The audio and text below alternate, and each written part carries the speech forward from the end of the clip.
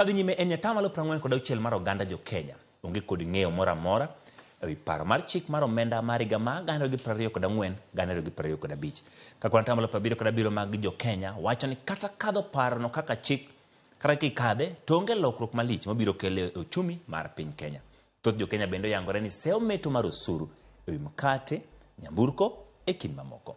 Moyangi gi duol matimo nonro mar Infotrack ma bende onyiso ni atamalo 63 mar oganda jo Kenya wacho ni piny Kenya ok tayo mowinjore kaluwore gi pek mar ngima kod osuru man malo. Lidio Keyo nigi ler mathoth.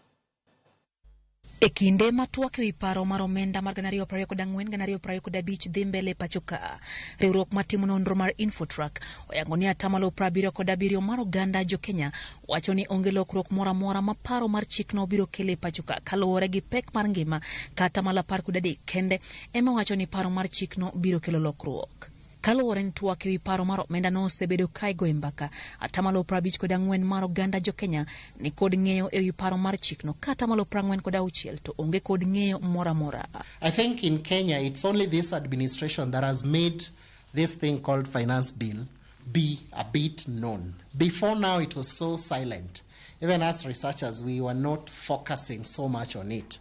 We were so much aware of the budget reading. Everybody would talk about the budget reading. But the current regime made us aware that before that budget reading, there's the finance paper that has to be tabled. Nono bende yango ni oganda jo Kenya mar atamalo 67 neno ni piny Kenya ok tama kare kagiwacho ni ochumi ma pacho kayulo nengo ngima oidho, yudo thieth makare osebedo matek kendo moko kuma piny ni chal gi rach. Atamalo 19 neno ni piny Kenya dhi makare kagiwacho ni bech gik moko hojore. Kwe kod achiel mar oganda ni e pachoka ka bende giwacho ni sirikand Kenya Kwanza tiyo makare. Ewi osuru ma igeto keti ewi mkate, atamalo 87 mar jo Kenya ok mor gi paro makamano ka atamalo 3 kende ema siro paro no. Atamalo 83 kodagi paro mar medo osuru ewi omenda mag oro omenda e mbui kod sime ka atamalo 4 kende ema sire. Malo atamalo 80 mar oganda jo Kenya okwedo paro mar chiwo nonro ma iye mag oganda manyalo miyo fwenye mwandu gi mamoko kendo keto gi gichulo osuru. Mokwongo ne en keto osuru ewi mkate ma 87% odagi wachni kendo ok gi support. Mar ariyo en wach mar keto osuru kioro ne ng'ato pesa to transaction cost chaki keto ni atamalo 16.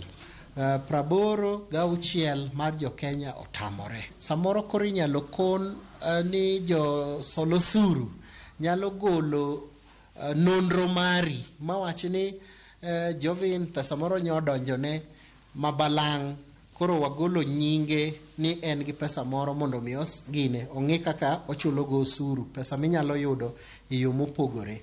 Mano be jo Kenya 83 odagi. Thoth oganda jo Kenya bende okwedo meto mar osuru e mwandu machalo betri, tie geche, tie ndigni, tie apiko gi tie wheelbarrow. Gik moko ma iwacho ni ok nya rito gin alwora maber, gin gik makelo chochni mag alwora machalo kaka betri, machalo kaka gik moko mag simbe mag ong'we yamo gi, nikech samoseti kodgi to koro iyudo ka bedo matek kaka idwa dhi witgi. Mano bende atamalo 83 odagi, isiro mana gi atamalo 6. Wach keto osuru mar atamalo 2.5 ewi nyamburko ma sama idhi nyiewo insurance mari to iketo idwa ni chul omenda matin mogik en 5,000 asto mamalo mogik en 100,100.